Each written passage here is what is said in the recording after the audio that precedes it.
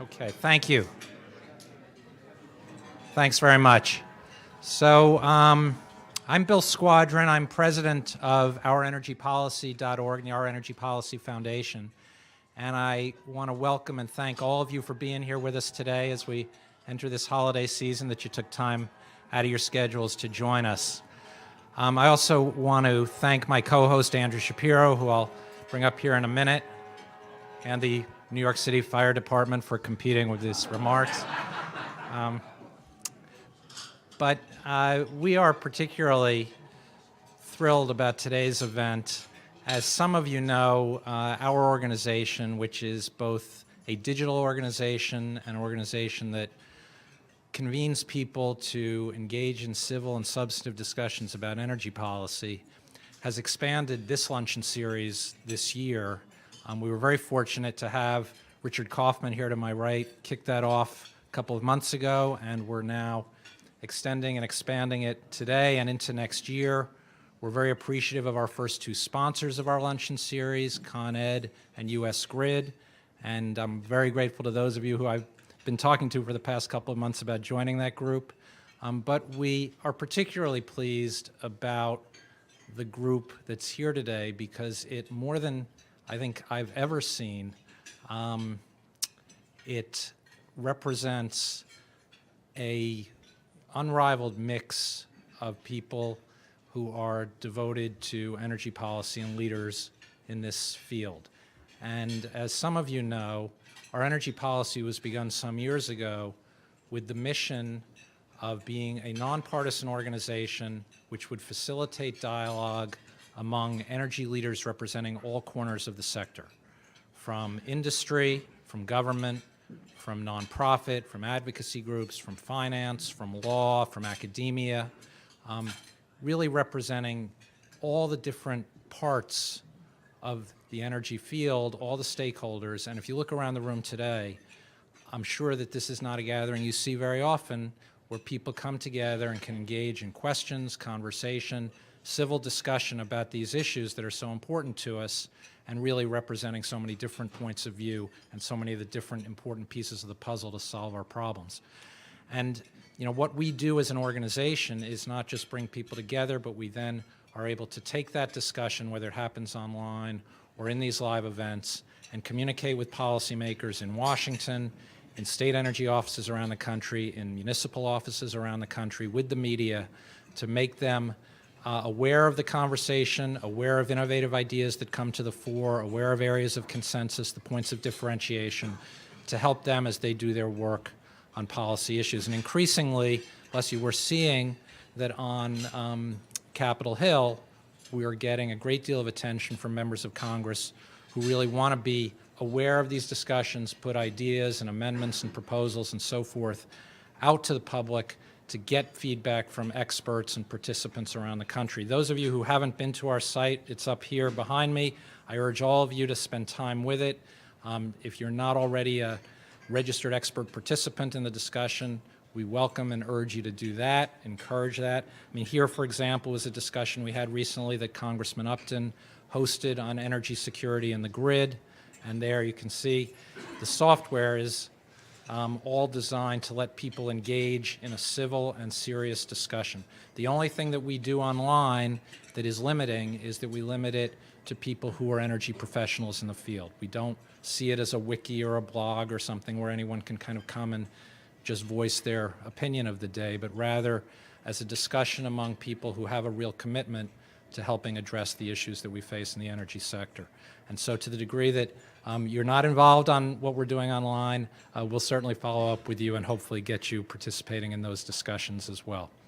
And the software itself, by the way, I'll just say parenthetically, as I segue into thanking our chairman and founder, Yossi Hollander, who sends his regrets because he had a conflict in California that he couldn't unravel to be here today. But you know, his vision from the beginning was to create an opportunity for people with different perspectives to have serious discussion as a way of helping to get to solutions, and then lead that as a resource to policymaking folks. By the way, also on our website, we've created what I think is the most extensive resource library in the country, which has papers, articles, reports, studies, everything tagged specifically for the energy sector. And so to the degree that you all are working on various issues, this covers, everything from biofuels to electric vehicles to nuclear to oil and gas to the grid and so forth. And it's extremely well tagged, and it's, a lot better, I can say, than just using Google to do your research and work on energy topics. So I would encourage you to do it. And it's part and parcel of our basic mission, which is to try to be a resource to the energy sector as a whole in the goal of improving our policy. So with that, I also want to acknowledge that we have a number of our board members here today. Bob Cattell is with us, Melanie Kenderdine is with us, Dave Nagel is with us, and really appreciative that they were able to make it. And then finally, of course, I'm very grateful to Andy Revkin and Ernie Moniz for joining us here for this discussion. I will say, as my last comment, that when we first started this, Yossi Hollander and I, about 8 years or so ago, we were trying to generate, support among energy professionals, leaders in the field, and the industry side, the corporate side, the academic side, and we went to MIT, and Ernie Moniz was gracious and supportive of the concept from the very beginning, and he's been a tremendous supporter of ours from the start, and we're very grateful for that. And he introduced us to Melanie Kenderdine, who's now on our board and has been a wonderful contributor to what we're doing. So very appreciative of that, and I'm now going to turn it over to Andrew Shapiro. The only thing I will say is that once the discussion between Andy Revkin and Ernie Moniz concludes, we'll then open it up, which is the kind of heart and soul of our energy policy, to everyone for comments and questions.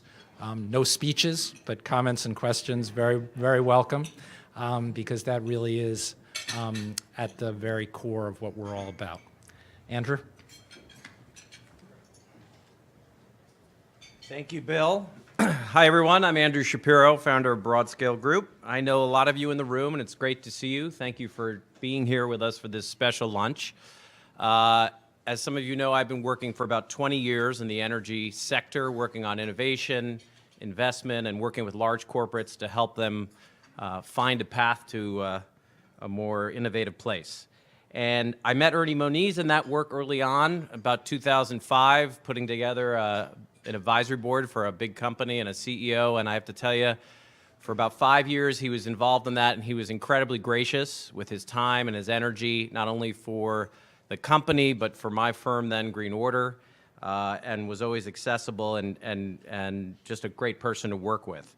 When people make introductions at these things, I always think, don't just read what's on the page, right? Because you can all read that bio. So I'll start actually by introducing Andy Revkin, who, again, I don't think needs much introduction for this crowd, because Andy has been one of the most thoughtful and dedicated journalists working on environment and climate for 20 or more years, since 1995 when he started at the New York Times. He's now at the National Geographic Society, and we'll hear more about what he's been up to, but his blog, .earth, was always absolutely required reading for anybody in the sector, and he's just been, a great thought leader in the space, and as someone who started his career in journalism, I had a particular interest in what he was doing. Ernie, as you all know, is one of the most distinguished physicists in our country and globally. He became the Secretary of Energy, obviously under President Obama. He's gone on to now run the Nuclear Threat Initiative and the Energy Futures Initiative, and is really one of the foremost experts in energy in the entire world, and you all know that. What you may not remember, and what I am here to remind you before we start, was that a few years ago there was this piece in the USA Today talking about the State of the Union address. President Obama ad-libbed a knockout diss. The First Lady channeled The Good Wife. Joe Biden showed his smuggest quaff, and Ruth Bader Ginsburg looked notoriously powerful in a pair of fishnet gloves. John Boehner sat a lot. Combat veteran Jody Ernest rocked camo heels. It was all very meme-worthy. But one gentleman stole the show, sans speech or podium. As TV streams panned to him in the audience, several times, the collective heart of Twitter fluttered.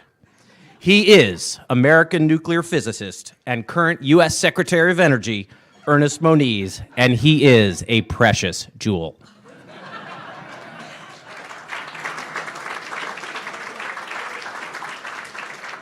Sorry, Ernie. I've been waiting a few years to do that one. Only took me 3 years. I've invited him to a few events to be able to do that. But that really does speak to Ernie's character and leadership. How many secretaries of energy become Twitter memes? But with that, in all honesty, we really are fortunate to have Andy Revkin and Secretary Ernie Moniz here to talk about the latest in energy innovation, and welcome. Thank you.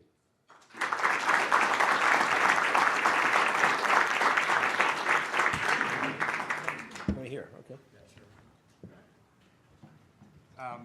It's a pleasure and an honor to be here with one of the world's great thinkers on these issues. I've been interviewing this guy off and on for a very long time. And actually, my tenure on climate and energy goes back actually now 30 years. I brought an artifact. A couple of you have seen this already. My 1988 cover story in Discover magazine. October 1988. The greenhouse effect this summer was merely a warm-up. And it concludes, this 6,000-word piece concludes with Mike McElroy at Harvard, who I think is still at Harvard. Oh, but here's the Dukakis interview on science. It concludes with this passage that I got to read. In journalism, you call the closing paragraph the kicker, in a big feature story. And so we actually had a kicker. It was like a guy kicking dust. The Midwest had a very bad drought and heat wave. And Mike McElroy closed this conference in Toronto, the first conference on the changing atmosphere. And he said, if we choose to take on this challenge, it appears that we can slow the rate of change substantially, giving us time to develop mechanisms so the cost to society, damage to ecosystems can be minimized. We can alternatively close our eyes, hope for the best, and pay the cost when the bill comes due. And how many times have we heard that same kind of admonition? So with that in mind, 30 years later, and 30 years being what climatologists call the climate normal, 30 years is the chunk of time we determine climate by. What's the new climate? The new climate in this business, is it still calls for a carbon tax, calls for more research, calls for whatever? What's the biggest, simplest way to characterize perhaps a new chapter? Well, first of all, let me thank Bill, but also note that you didn't tell me that Andrew Shapiro would be making remarks until it was until we were past the commitment time. But anyway, well, as you know, Andy, regrettably, the same statement more or less could be written today, and everyone would nod their heads in the same way. I think we can't lose sight of the fact that we have made some real progress. Certainly, maybe we may come back to this, but we all know about some of the progress in the technology space, for example, with cost reductions in some of the critical technologies, some of the ramps that still look very good in terms of battery costs coming down and the like, and that's all great. But the trouble is, in my view, that clearly what you wrote then is attached to a clock. The clock didn't stop for these 30 years in terms of the problem. We didn't stop in terms of doing some innovation, but the two time frames just don't align very well. And regrettably, I think the meeting in Poland, while it has a kind of a surface bit of optimism, in reality, I think, cast into very, very sharp relief the fact that we're not making much progress, to be honest. We are nowhere near on a trajectory to achieve the goals that have been viewed as essential. So, I think the description of this discussion had the word innovation in it, and I certainly want to emphasize how continued innovation, frankly, picking up the pace dramatically and broadening the portfolio dramatically is going to be essential. There is no solution, in my view, without that. But let's not fool ourselves into thinking that is not only necessary but sufficient. It is necessary, but it's not sufficient. So I think presumably we'll talk about this. We're going to need a much more integrated approach with innovation, not just in technology, but in business models and policy.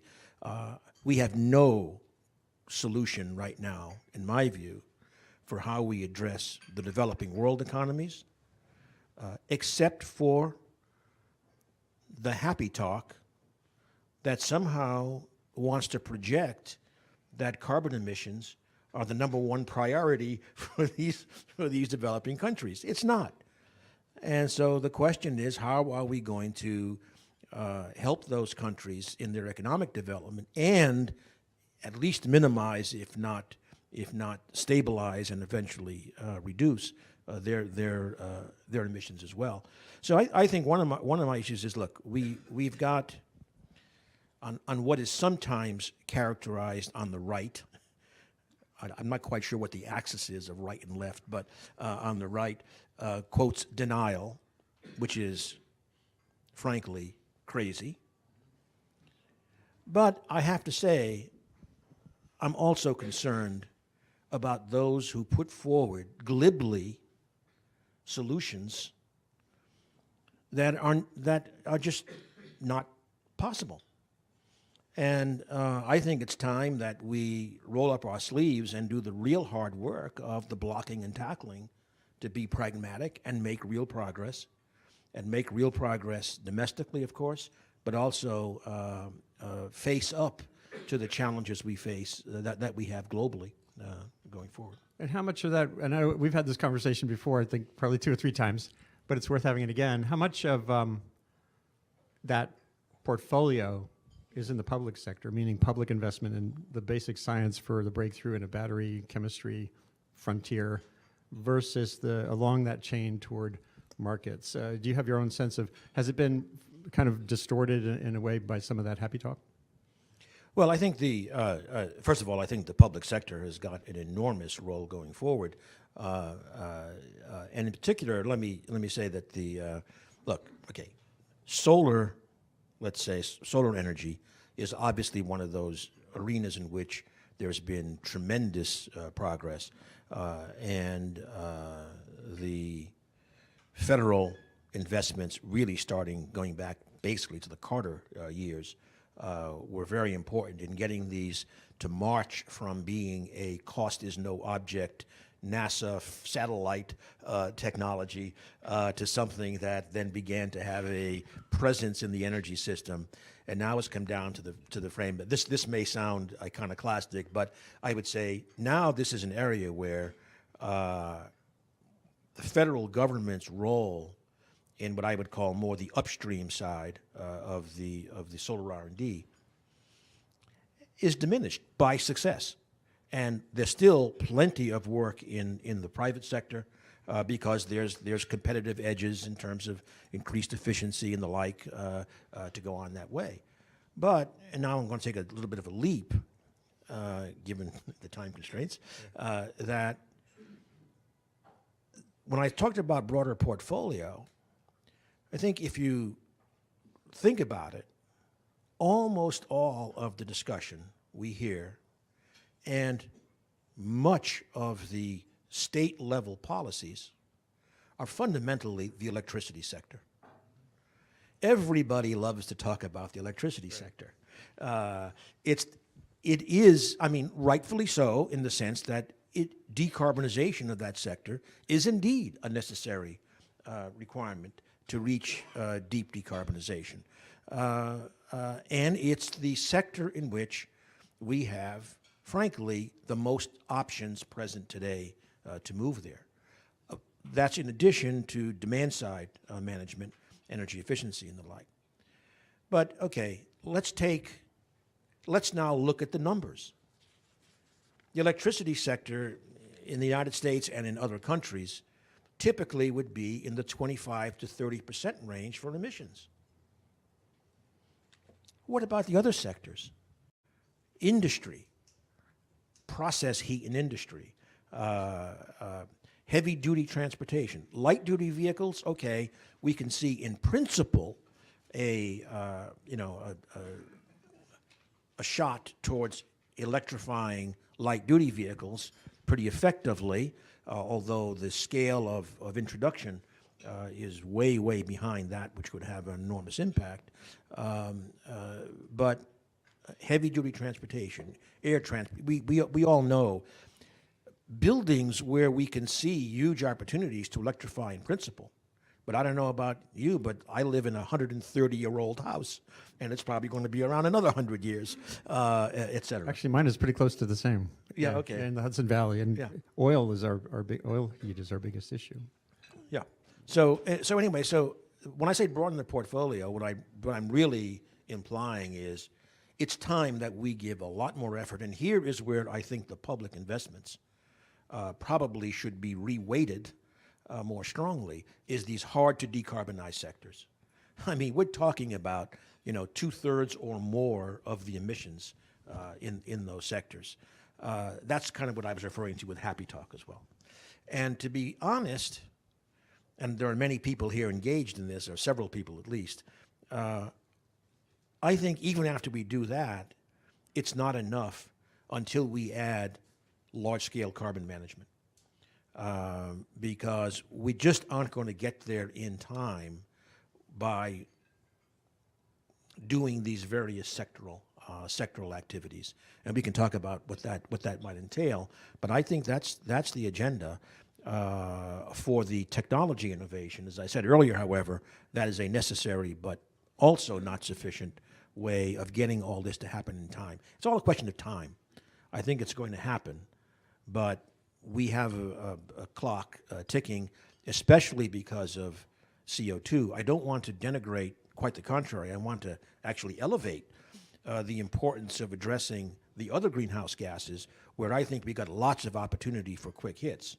But CO2 is the cumulative challenge that we face in the atmosphere, and that's where, again, we can't we can't just decide to take a little more time and not expect to face the consequences. One of the things I said recently is, it's we all talk about 1.5 degrees, 2 degrees, and that's important. But I prefer the headline I had in the newspaper in Dublin recently after having an interview there, and it was, we have to fight like hell for every 1/10 of a degree, and I think that's the way we have to look at it. Before we dig in a little bit more on the details on the energy side, I want to mention one other aspect of this, which is the adaptation imperative. It was noteworthy to me that a couple of months ago, after I wrote about him and interviewed him after the Paris Agreement, Bill Gates at that time had rolled out the Breakthrough Energy Coalition and the Investment Initiative. And in October with Ban Ki-moon, he's now got a global commission on adaptation going, which I thought was smart. The guy is smart, because the one other sort of underappreciated reality to me, I guess, in now 30 years of this is, and it crept up on me, is the primary need to be making ourselves more resilient to the impacts that the climate system throws at us, even as we do this work on the energy issue, because this time disconnect there is unbelievable. As you were saying, the cumulative gas, the delay between even success in emissions reduction and having some perceptible impact in the climate system itself or sea level rate is minor. Do you have your own sense of, as a broader risk analyst, whether that's finally getting its due? Yeah, let me say, first of all, that I think there has been an unfortunate tendency in these discussions for years of declaring certain subjects as taboo, because somehow it will undermine our will to mitigate sufficiently. I've never bought that argument, and I think today I would say, well, if you still think that's the case, wake up, look around. And adaptation is one of those subjects that was considered taboo. Actually, as an aside, the much maligned Copenhagen couple of pages is where I think the adaptation discussion began to turn. That's another aside we could do, where I would happily take the high school debate team side on Copenhagen was a big success, and we could put some Europeans on the other side. But another good example is, geoengineering, as an example of something that's been taboo until now. People are getting sufficiently desperate, and we always should have been working on these areas. Now, adaptation, obviously we're adapting now. One example I like to give is in 2016, when I was still secretary, visited Florida Power and Light, which I don't know how many of you know, like, the footprint. I mean, Florida Power and Light has got just one piece of Florida. It's not like the whole state or anything. That one utility, obviously Florida is exposed to, as we know, to various storms. That one utility has already spent, probably more now, $4 billion in adaptation, where a lot of it is, protection against floods of substations, replacing wooden poles with cement poles, this kind of thing. It has had a benefit for them, at least in the modest storms, in terms of dramatically reduced response times for customers. Hasn't really solved the problem for the really big storms. But the reason I mention that is that a lot of this kind of stuff,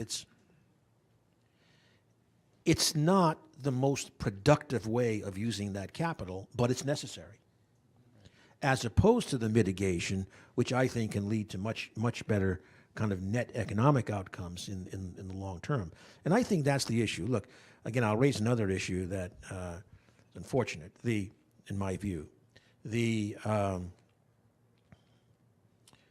recent U.S. government report, a month ago or so now, talked about the hundreds of billions of dollars of less GDP at the end of the century. And it sounds like it's a lot. The GDP is going to be $60–80 trillion at the end of the century. Well, except if we screw it up, I mean, in some of the ways we're doing. So in other words, the better way to think about it, and my colleague Steve Koonin had a Wall Street Journal piece on it, in terms of make GDP per year impact, it's not a big number. But that itself misses the main point. The main point is the disruptions, all the way starting at the family and community level up in a transformation. It is the productive versus the unproductive use of resources. And it is the risk factor that is not in any of this about the nonlinear effects that we could have in disrupting the Earth system. So the whole argument on both sides was not focused on what mattered. And those are the realities I think that we need to focus on. Adaptation, we're spending a lot of money. We're getting hit a lot. I mean, again, I would phrase it as staying neutral on the, let's say, increased incident of storms, et cetera, et cetera. I'm not denying that either. But what I feel very confident about is things like the amplification of the effects of those storms, and not to mention the long predicted pattern of droughts, wildfires. I have a place in the San Juan Mountains in Colorado. We are seeing the disease vectors, bugs, range increasing far north, killing the pines, ruining the ecosystems. We get no more chanterelles. It's a tragedy, and it is actually because of the impact on the. It's just no, but it's an indicator of the changed ecosystems, et cetera, et cetera. And rural America was mentioned, and I'm sorry, this is now various dots, but in October of 2016, there was an unusual White House South Lawn discussion on climate change, where the moderator was Leonardo DiCaprio. By the way, the transcript is on the internet, really worth looking up. And one of the interviewees was President Obama. The other one was Catherine Hayhoe, a climate scientist from Texas. But frankly, you know, most of the interview is about, correctly, how bad the risks are of climate change, global warming and climate change. That's fine. But I think the interesting part is right in the middle of the interview, the president, obviously no slouch when it comes to his commitment on addressing climate change, goes into a very, very pragmatic discussion. There's a couple of them, but I'll just say one of them is, he says something like, now you got this working class dad who has to drive 50 miles each way to and from work. He barely makes ends meet for his family. And now, wait a minute. You want me to tell him how bad it's going to be in 50 years? And he's worried about the price of gasoline tomorrow. I might note, France, Gilets jaunes. It started with a rather, I'll say it, I mean, a rather unartful proposal by the president of France to address climate change by raising the cost of gasoline. And it was the rural people who were going to suffer the worst. This is a broader point, including if we ever get to things like carbon prices. We need to have a progressive way of imposing these prices, and not, for example, this proposal in France, completely regressive approach. And I'll be honest, I have to say that the Washington state ballot measure similarly would have had a regressive effect.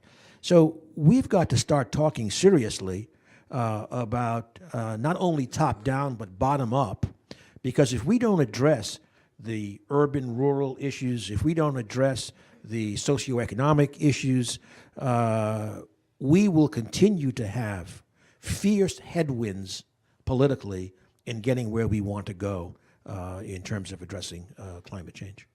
Yeah, I quoted that passage from Obama's statement on .Earth at the time. I thought it was really reflective of his background sensitivity to those issues. The same thing happened on the vulnerability side with the Biggert-Waters legislation to rationalize flood insurance costs, finally.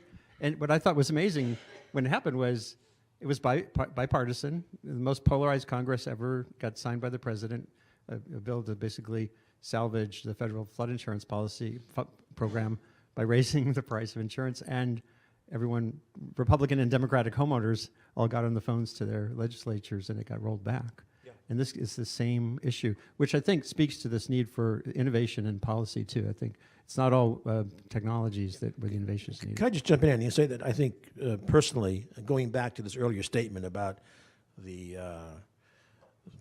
deniers and the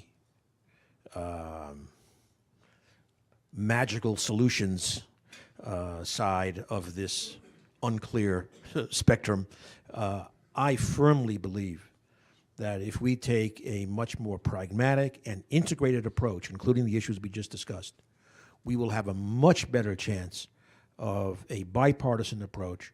I believe we will get there. We will get as far as we can get faster than the ideological approach. But that's going to take real political leadership and recognizing how these various factors are intertwined and must be part of a coherent solution. And that's, of course, domestically. Right. How we get that internationally and for the developing economies is another real challenge.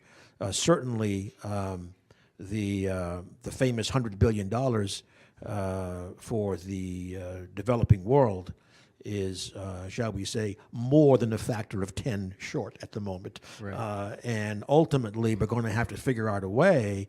I'll just advertise for one of the things at the Energy Futures Initiative we just did was a little study for Africa that was commissioned. We were asked to do it by Africa 50, which is an infrastructure investment fund in Africa. It's about $1 billion, a bit short maybe of $1 billion right now.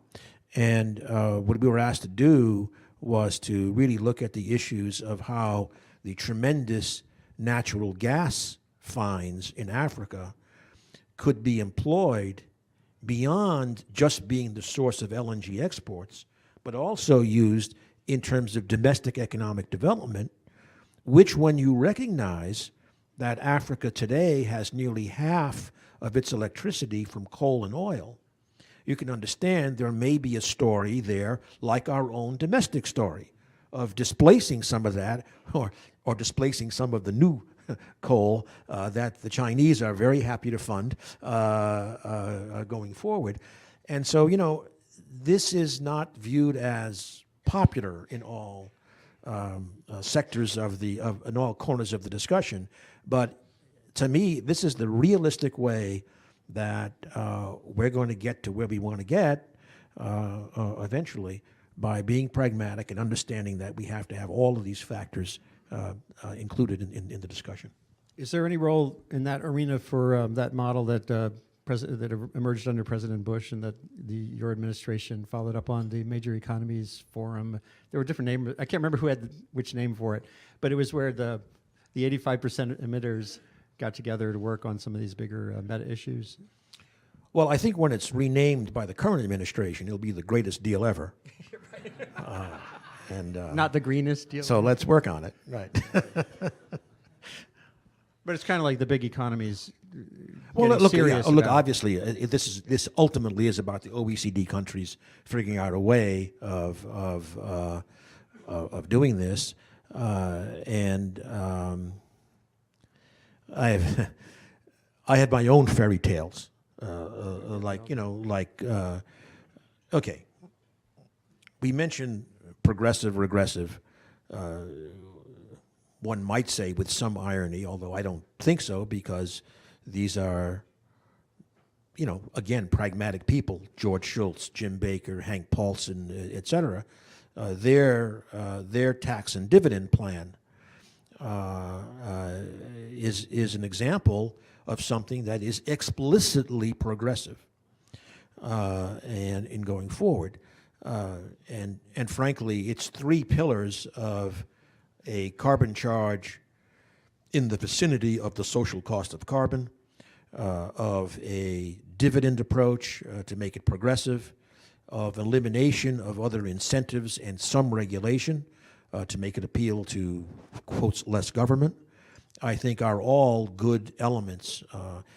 The fourth element is a little more challenging, which is the, quotes, border adjustment for carbon, so that, you know, again, there is not at least superficially, an incentive for industry decampment, but that's more tricky. But that's an example domestically. The fairy tale, my own fairy tale is there a way of doing that internationally in a way that retains, of course, majority of the funds domestically for your own progressive program, but with some of that being spread also internationally? Because, you know, in that picture, $100 billion is not a big number. And there could be a pony in there, but we're still trying to think this through, right? It's a tough one. You have to adjust it by the per capita contribution. And, Exactly, right. A rural Indian is very different than an urban Indian. It's a big issue, but that could be another progressivity in terms of the developing world. I'm going to turn it over to the audience in a minute. There's one other arena, and I'd love to dig in more on the gas in Africa, but that's my own personal passion too. It's on our website. I will go there.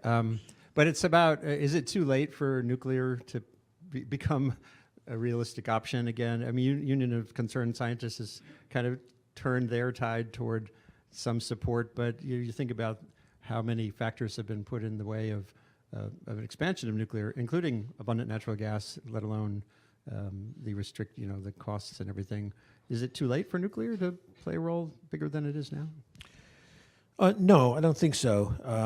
It's not going to be a material contributor. Certainly, let's say we tend to like to think in terms of now to say 2030 and then 2030 to 2050, 2050 and beyond. We have to remember that every one of those time periods is more and more challenging, and frankly, the 2030.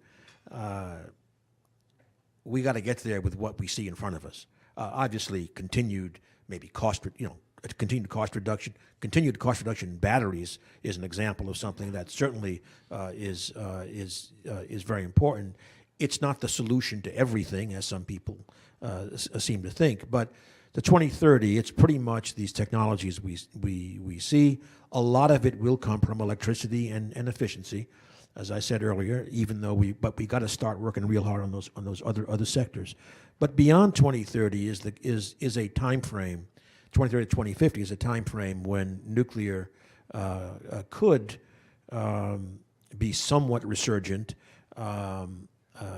And in my view, I've said this many times, I think that certainly for the United States, I don't anticipate that we will ever build, or at least in the time frame that I'm looking at, that we will build another gigawatt plus scale reactor. But I think the small modular reactors, both light water and alternative technologies, molten salts, we have a TerraPower, traveling wave, so-called reactor, et cetera, that it is conceivable that we will have viable demonstrations, real demonstrations of one or a few of those technologies in about a decade, about the 2030 timescale. And then we will see what their cost performance is, et cetera. However, I think that, going back to your public policy point,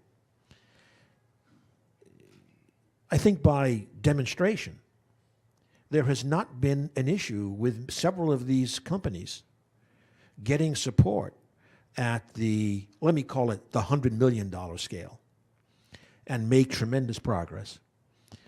I think if they succeed in that demonstration, they won't have difficulty marketing on a large scale. The trouble is that gap in between.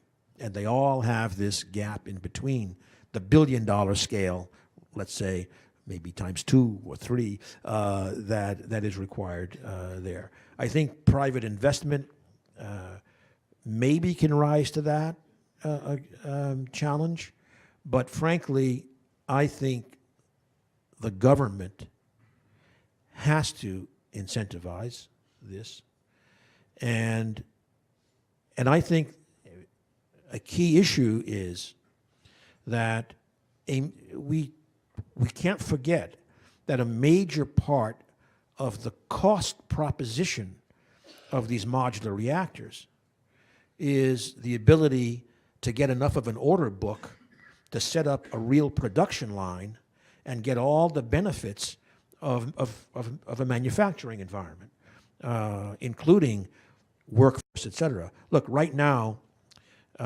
the construction in Georgia, in Vogel, this was public, they were looking for 800 craftsmen to be in, fairly rural Georgia. So you got to attract them from all over the country. You got a factory, a stable workforce, quality assurance, manufacturing learning.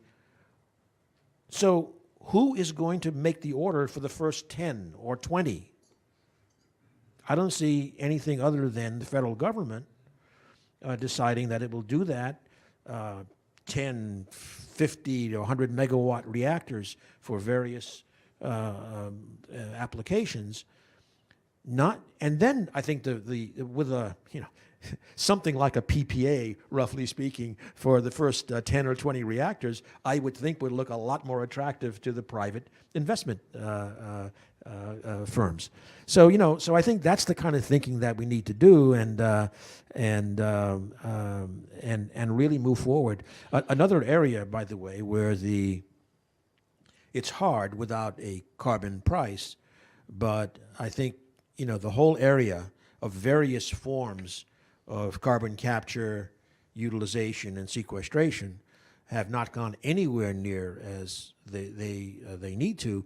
And I want to emphasize, I'm not using carbon capture, utilization, and sequestration in the traditional thinking only of let's put an amine facility on the back of a coal plant. The carbon capture can be from concentrated sources. It can be from dilute sources.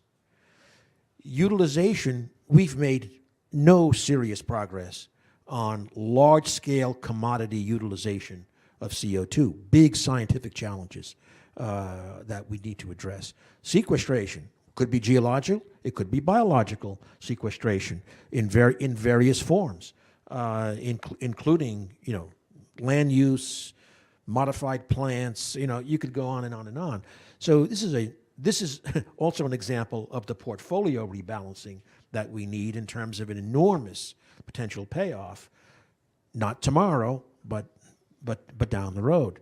So I just think we need to really rethink again the socio-political, the policy, and the technology portfolio going forward.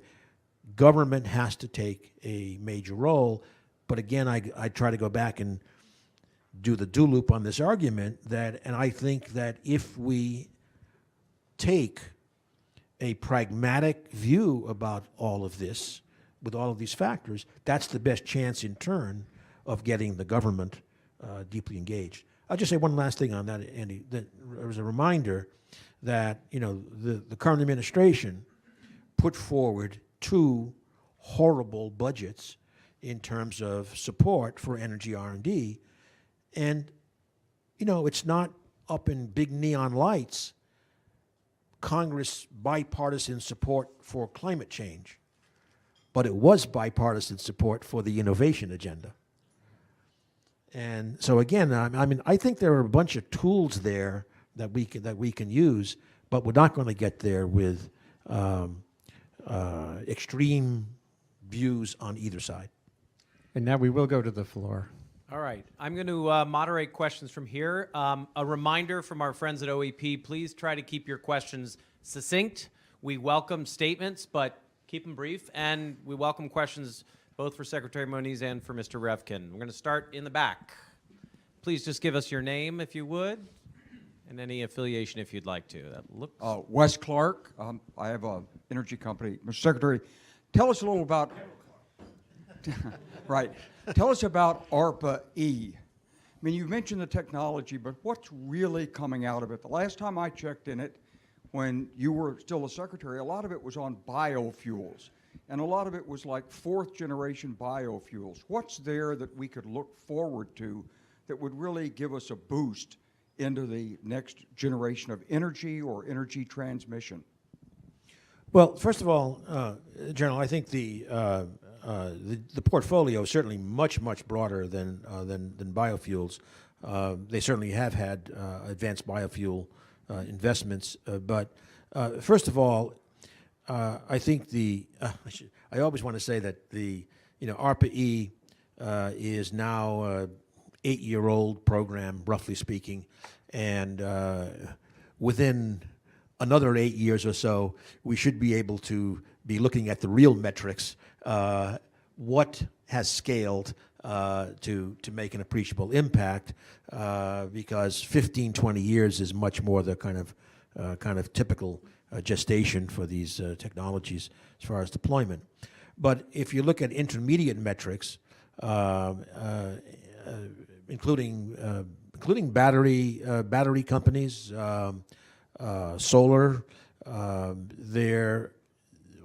when we left, at least, and I don't know what it is today. I mean, it's presumably higher. Maybe somebody else knows. But when we left at the end of 2016, basically, I think there were 60-some companies that had spun out, which again I say is an intermediate metric, because the issue is, will 2 or 3 of those still be around in 10 more years and scale? But certainly some of the most promising areas have been in batteries, advanced chemistries, flow batteries, and the like. So that's been a big focus. But they've done work across the board, including areas that, frankly, were a little controversial. Let's just say we did some homework with the appropriators before actually pulling the trigger on things like one group looking at advanced technologies for essentially working at a distance with the idea that it could be part of urban design. So, I mean, it's been a very, very, very broad portfolio. Right here in the front. While the mic's coming up, can I just ask as a follow-up to that, Ernie, were you surprised? ARPA-E was one of the things early on in the Trump administration looked like might get completely defunded. Were you surprised at the end of the day that they managed to keep their funding? And how do you look generally at the disconnect between some of the rhetoric that's come out of the administration and the actual policy Well, so endeavors? the administration, as you're suggesting, just to be clear, the administration 2 years in a row proposed zero. I was not surprised because that it was not, actually, I was not surprised that they proposed zero, to be honest, nor was I surprised that the Congress ignored the recommendation. And I mean ignored. I don't mean debated. I mean simply ignored the recommendation, because we knew that ARPA-E had lots and lots of support in Congress on both sides of the aisle and in both chambers. I was a little bit surprised, especially the first year, at the scale of the increase they gave ARPA-E in the face of the proposal for zero. But no, I was not surprised, actually. And they're up now to what, I forget, is it 450, is it, or 375, 400, 390? Okay, something. I thought it was more, but anyway, all right, 400-ish. I'm speaking out of turn, but I just Yeah. want to say that a group of the incubator heads went around to the last RPE conference, or that RPE conference right before the budget talks. And we spoke to the Republican senators and the Republican representatives and told them about job creation in their districts. We never used the word climate change. We talked about jobs. And we went around to the lobbying group and we met with 10 of them. And Right. then they had the vote. Right. And I think It's it helped. that's right. No, that's right. And yeah. And by the way, in those discussions that we had, it was the same thing. We talked about innovation and jobs, and but we all knew what the objective was. Actually, let me just say one more thing before the next question. Going back to the answer to Wes's statement. That last example I gave, the extreme example of communication at a distance, et cetera, that we'll be coming out with a report in January on some innovation issues, and one of the points that we'll certainly want to make is that going beyond what I would call kind of the individual energy technologies, we also think that the portfolio has to be also thought a bit more broadly in terms of how do platform technologies integrate into the energy space. By platform technologies, I mean those rapidly developing technologies that are not about energy, 3D manufacturing, artificial intelligence, CRISPR, large-scale data analytics. We could go on and on and on. That I think in the energy business, we often tend to do too much navel staring and not think about how do we capture quickly and effectively these tremendous technology trends that are going on. Great, thank you. Right here. Mr. Secretary, Sarah Law from the CDP, a non-profit, the Carbon Disclosure Project. I think I heard you say at the beginning that in relation to solar technology, the federal administration has been diminished by success. But I wanted to sort of take that notion and think about the current administration and wonder whether it's diminished by other reasons and whether there's ever a way that it could come back. A report that CDP published last week picked up a disclosure by American Electric, AEP, American Electric company out of Ohio, saying that it's now seeing greater costs associated with the shift in government policy on the environment than it would cost it to actually comply with the regulations that it thought it was facing. So you've got that on the one side, the policy disruption. On the other side, you've got some really interesting stuff coming out of Katowice, Poland a couple of weeks ago. For instance, Maersk, the world's largest shipping container company, coming out with a commitment to go to zero carbon emissions by 2050. Add to that mixture some of the biggest ports around the world, including the Port of Los Angeles, for instance, doing some great stuff to look at port-side emissions and what they can do to support heavy transportation. And then you've got the state of California coming out with its 2045 energy pledge as well. If you take all of that stuff together and you see that there is a very disruptive policy space, in part because of the lack of action or the messages coming from the current federal administration. On the other hand, you have real economy actors and subnational governments just getting on with it. This notion of diminished by success, is there diminished by inaction in a way that the federal administration may not come back? First of all, I'm going to make clear, I never said, and I would challenge the use of the words diminished by success. What I said on the solar, and then I'll come back to the broader issues, is that in terms of some of the more basic, or sometimes called basic and applied work in getting current solar technologies to where they are, I mean, they are pretty cost-effective already. But for example, the federal government still continues to fund correctly, in my view, things like organic photovoltaics, things that may have very, very different applications, for example. So that's all I'm saying is it's a balance of where one is on the spectrum. And seeing Richard and Peter here, I would note that, for example, there are other things the federal government does, because we were talking there, I was talking there about early stage R&D. For example, the DOE loan program had an enormous impact by funding the first 5 utility-scale photovoltaic projects. There were none, especially in the 2010 time period. Debt financing was hard to come by. The loan program stepped in, stepped out after the 5, and now there's, I don't know, 60 or something utility-scale PV projects. So that's a whole different way of having an enormous impact, in this case, in solar.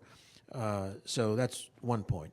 Secondly, when the examples you gave about Maersk and others, okay, let me be very clear that, number one, that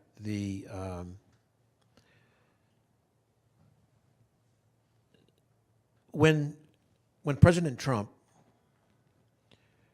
made the intent to withdraw from Paris announcement, June 1st, 2017, it was days, only days, when there was an enormous response from mayors, from governors, from industry that, okay, we hear you, we're staying the course because we are going to a low carbon future. And so that's been very, very important. And industry, I mean, states in the United States obviously have been absolutely critical, and I'll come back to that. But industry, I think, in some ways, was the major player saying that, okay, look, we got to do long-term capital planning. We're planning on low carbon, and a number have come forward. You mentioned Maersk, you mentioned some others. I will mention one other, again, advertising. So I'm on the board of Southern Company. I joined in March of this year. Southern Company, probably in many of your minds, remains a coal, carbon-intense company. Read the report that came out in April. Already a 36% reduction in CO2 since 2005. Why? Because gas and renewables made more sense than coal. Coal has been reduced from 78% to 28% and going down. And for 2050, the goal is low to no carbon. So we're seeing that in a bunch of sectors, and that's a very, very big deal. Doesn't change the fact, in my view, that we're not on a trajectory that's going to get us very close to the 2 degrees until we see a lot more of that in a lot of sectors going forward. And as I say, I think they're in some cases the tools aren't really there, especially things like heavy industry, to get to deep decarbonization. I believe there are directions. One of the ones that we like to think about, there are many, but one is hydrogen. You know, hydrogen was popular, then it kind of lost its shine, and I think now it's coming back in a big way in terms of possibly an economy-wide, not fuel cell vehicles only, but an economy-wide approach with hydrogen could be extremely effective. Okay, we got Nick here. Hi, Ernie. Nicholas Eisenberger, Pure Energy Partners. Just want to talk about your thoughts on ways to accelerate the interface between private capital and science and policymakers. And I know a bunch of people are working on that here. As you know, and many in this room know, I've been working a long time on carbon removal, specifically direct air capture and then carbon to value solutions for a little over a decade. And the pace of advancement in that has been horribly slow. It's starting to pick up now as people are more broadly recognizing the importance of this, as you noted. But I see more abstracting from that experience across a whole portfolio of different technologies that we need as part of the solution. Those interfaces between private capital, science, and policymakers are just not as robust as they need to be, and there's a lot of barriers there. So I would just be interested in your thoughts. If we have this limited time frame that you talked about, and the clock is ticking as you opened, Andrew, what can we do to really dramatically accelerate those interfaces? Well, I think on direct air capture specifically, I think that's one of the areas where I don't know. I would think it's in my view, it's not ready for kind of the big private capital investments so much as I think it is essential for being an important part of this broadened portfolio that would be one way or another largely federally funded, maybe public-private partnerships kind of issue. But because I mean, look, if you take the recent Academy report, for example, it said, here's technologies. We're only going to look at technologies that are $100 a ton and less today, and kind of didn't talk so much about direct air capture for that reason. But that's the case where I think a lot of basic research and the appropriate pilot scale demonstrations, I think need to be advanced. Just to clarify, Yeah. I wasn't talking per se about direct air capture. Oh. I care a lot about it. Yeah. It's important. But I was more saying that more generically, how can we, and you said an important place, you have a lot of experience in thinking of the macro. Okay. Well, all right. How can we accelerate the interface? Fine. I think there again, I'm still thinking about the government and Congress and the like, but I think the private capital could follow from this. Is that okay? Let me note that in the world, the current world, as was said earlier, the climate change words are not so effective, let's say, in certain discussions with Congress. It has not stopped the Congress from putting forward programs explicitly aimed at one part of the carbon removal agenda, 45Q tax credits. And let's face it, in the heart of hearts, we're heading to a low carbon future, and just about everybody, I think, kind of knows that. So I think the issue is broadening that carbon management agenda, because bluntly, those with fossil fuel interests have got to want a large carbon management agenda, large-scale carbon management agenda. It's obvious. And I think we can be more effective on that once that starts at a much bigger scale.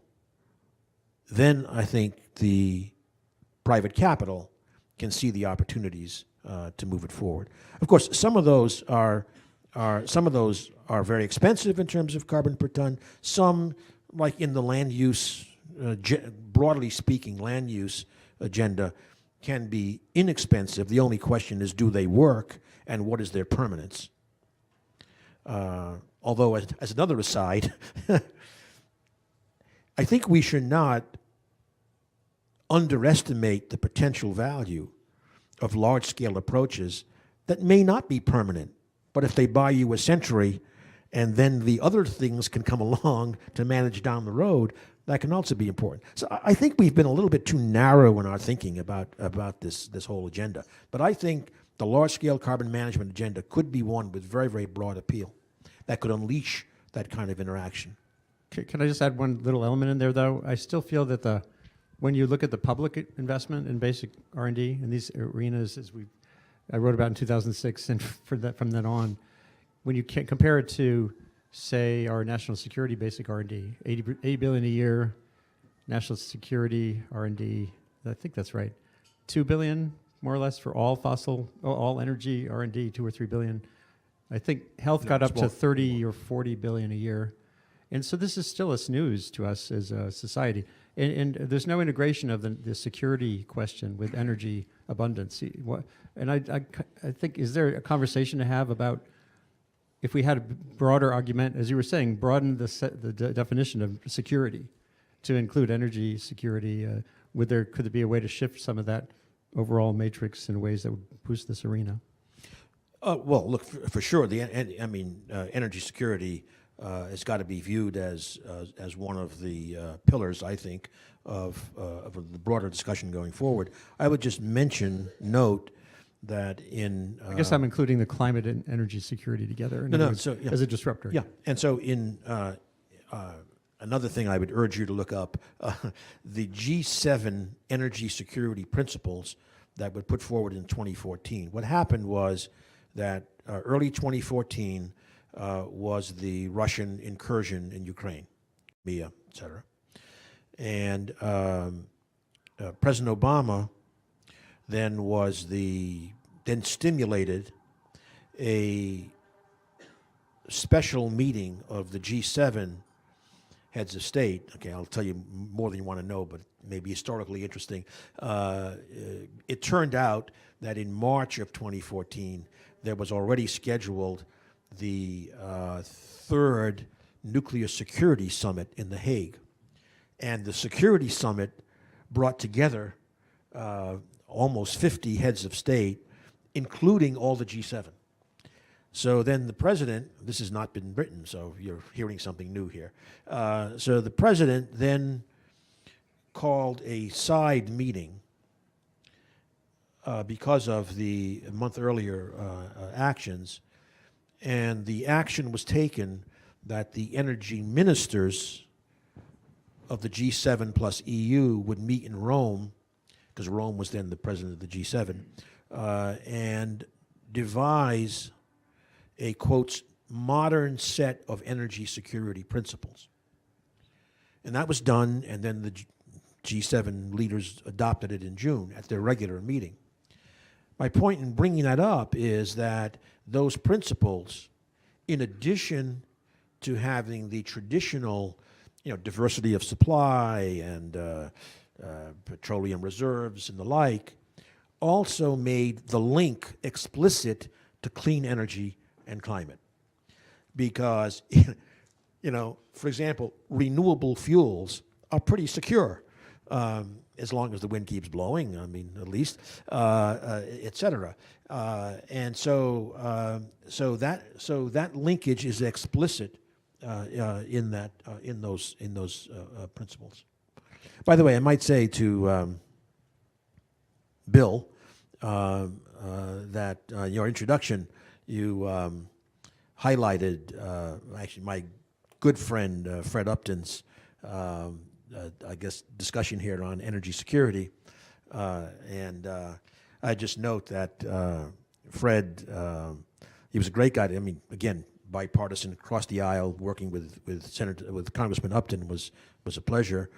Although on the energy security side, I do note that he did, shall we say, procure a bunch of strategic petroleum reserve oil to fund biomedical research, which you can argue how that contributes to energy security.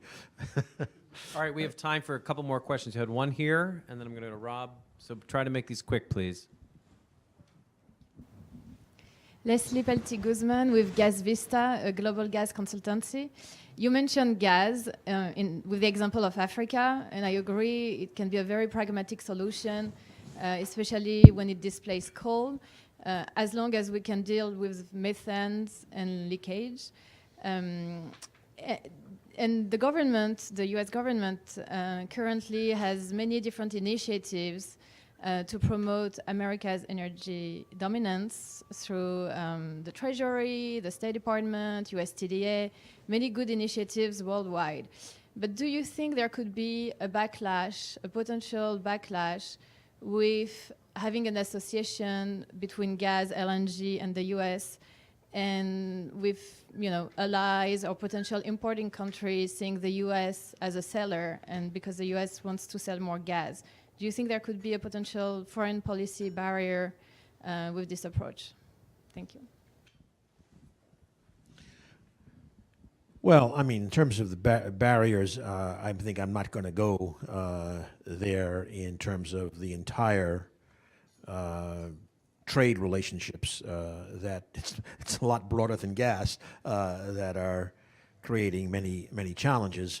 Well, maybe I will go there with one more comment, and that is that when one thinks about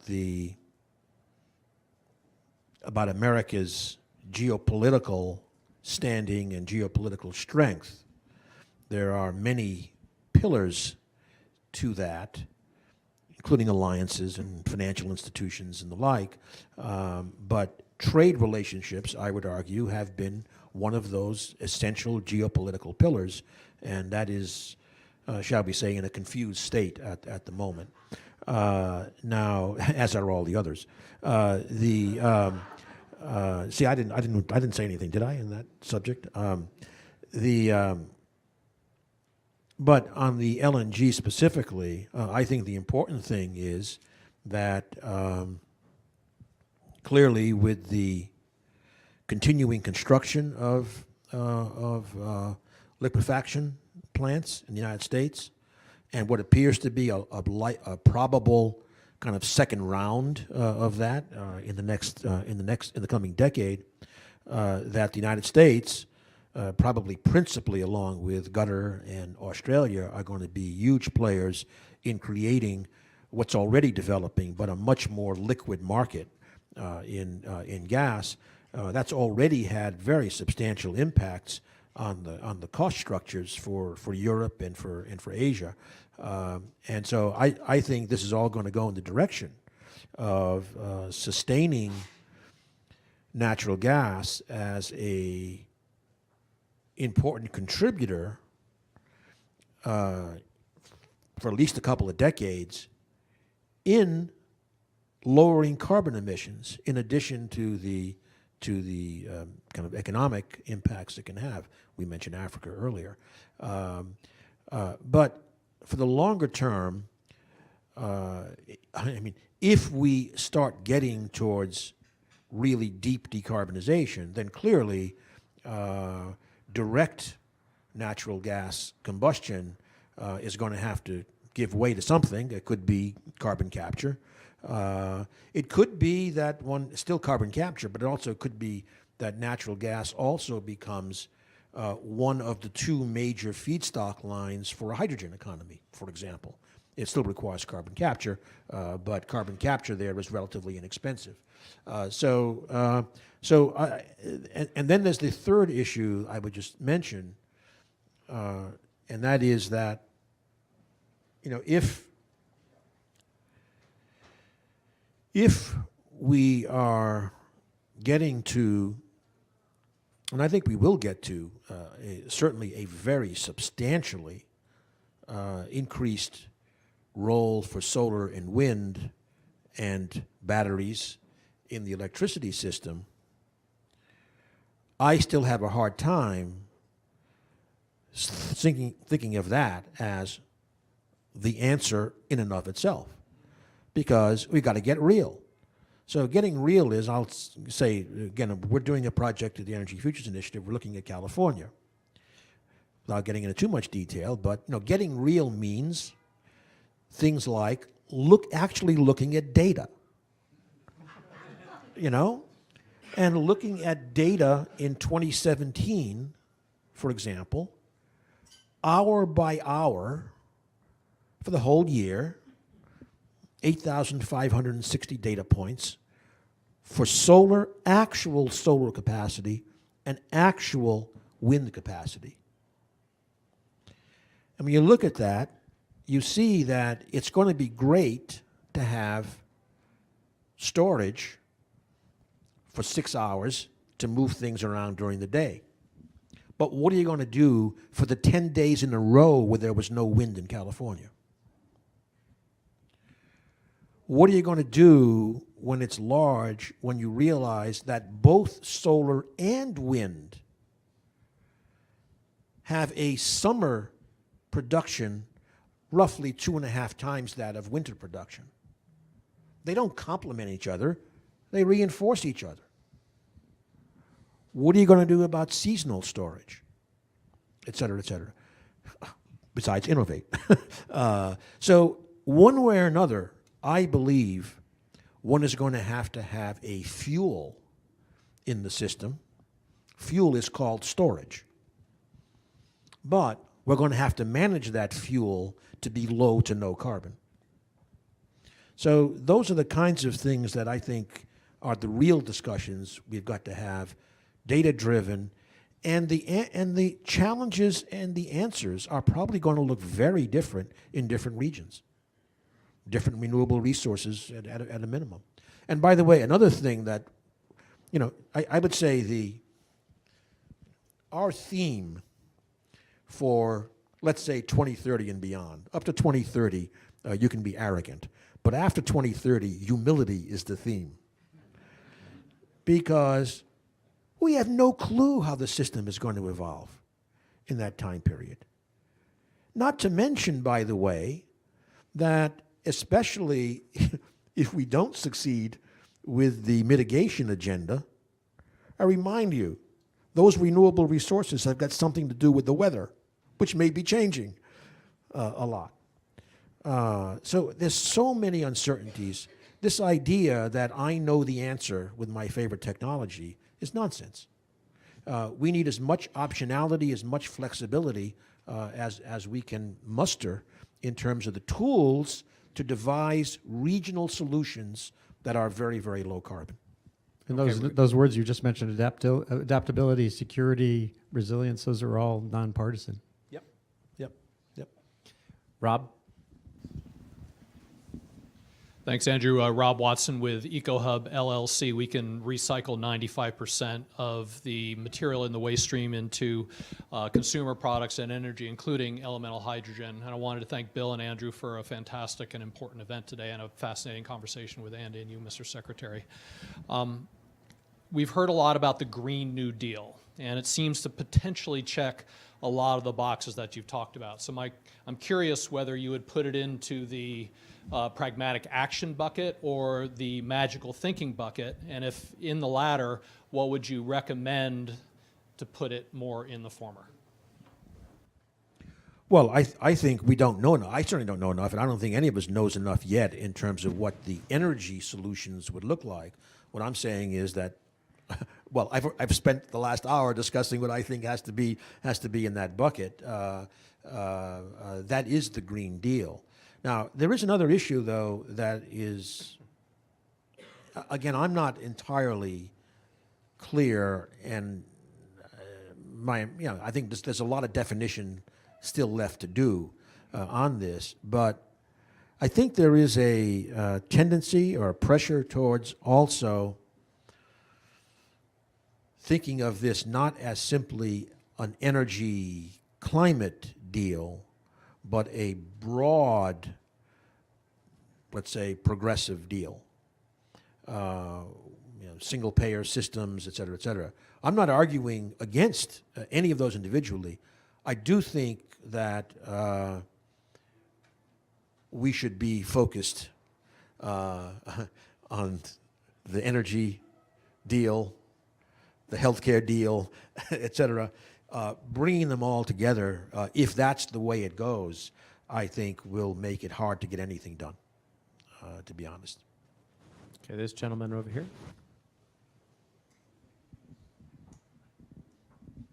Michael Lubell. That's no gentleman, it's a physicist.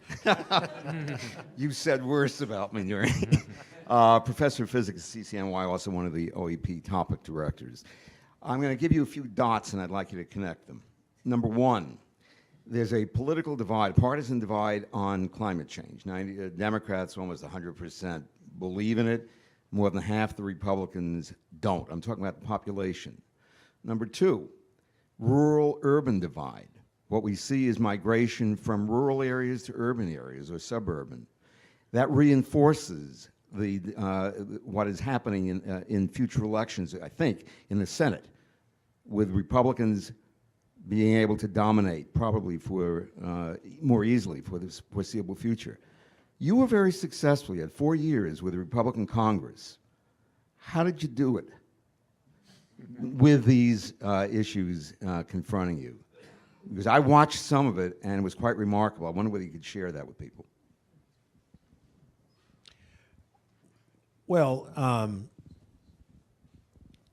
first of all, the rural-urban divide, so-called, obviously is real. But secondly, I just note that I think in terms of the usual scoring of rural and urban population in the United States, I think what you find is that, roughly speaking, there is a constant of nature that the American rural population has 50 million people. Doesn't matter what the total population is, it's 50 million rural people. So actually all the growth, in effect, is in urban areas.